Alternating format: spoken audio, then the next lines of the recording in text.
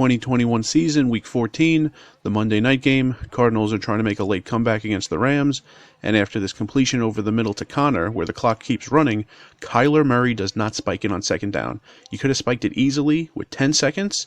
You would have had 2 plays, 10 seconds. First one probably go to the boundary, to midfield. The Rams would probably give you anything underneath, and then you would have your Hail Mary on fourth down. Kyler Murray instead just does this. He gets sacked by Aaron Donald, and that's the end of the game. So this wasn't necessarily a severe mistake because the Cardinals probably weren't going to win anyway, but it was a bad mistake. A much more severe Murray not spiking it play happened 9 years ago. This is the 2012 SEC Championship game. Georgia was down 4 late, and Aaron Murray here finds Lynch. Lynch gets tackled at the 8-yard line. The clock stops with 15 seconds left. Now, even though he's signaling he's going to spike it, which would have been a great idea, spike it and get 3 plays to the end zone, Murray doesn't, and Georgia only winds up with 1 more play. So how severe was this mistake by Aaron Murray not to spike it? We only need to know one thing, and that's the probability that Georgia scores from the 8-yard line. So after you spike it, you should be planning on 3 plays, all passes, all into the end zone.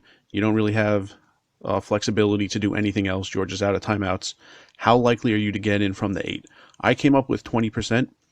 So Georgia, if you imagine them lining up 5 times from the 8, do they get in at least once? I think it's even higher than this, but I'm willing to say a number as low as 20% just to show still how severe of a mistake this was. So if they're 20% to get in from the 8, that means they're 80% not to get in. There's no option besides touchdown or incomplete if you're throwing into the end zone. So these two numbers have to add up to 100%. So on your first play after you spike it, how likely are you to score? That's easy. That's just 20%. How likely are you to get in specifically on your second play?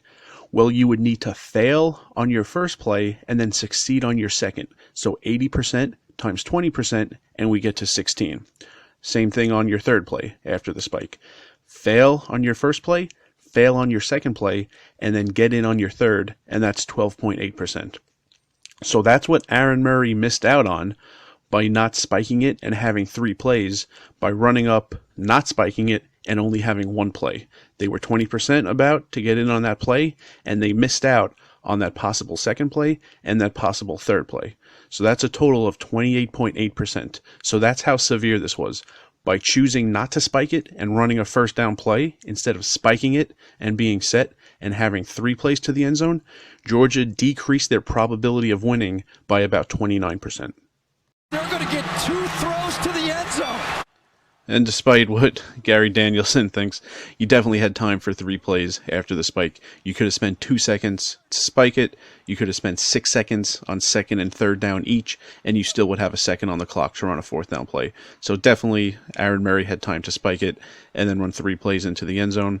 But 9 years apart, we had 2 Murrays, 2 spike situations. Aaron Murray should have spiked it on first. Kyler Murray should have spiked it on second, and neither player did. And just remember, you can't spike it on fourth down. We see a lot of spikes on first, leaving 3 plays to move the chains again. We don't see a lot of spikes on second down, even though Kyler Murray should have on Monday Night Football. We see a lot of spikes on third down to set up a last-second field goal for the tie or for the win.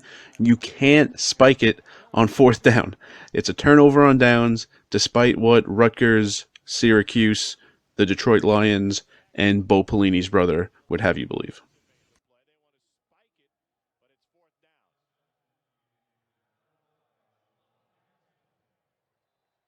So that'll turn it over on downs. So mistake made on the Florida Atlantic.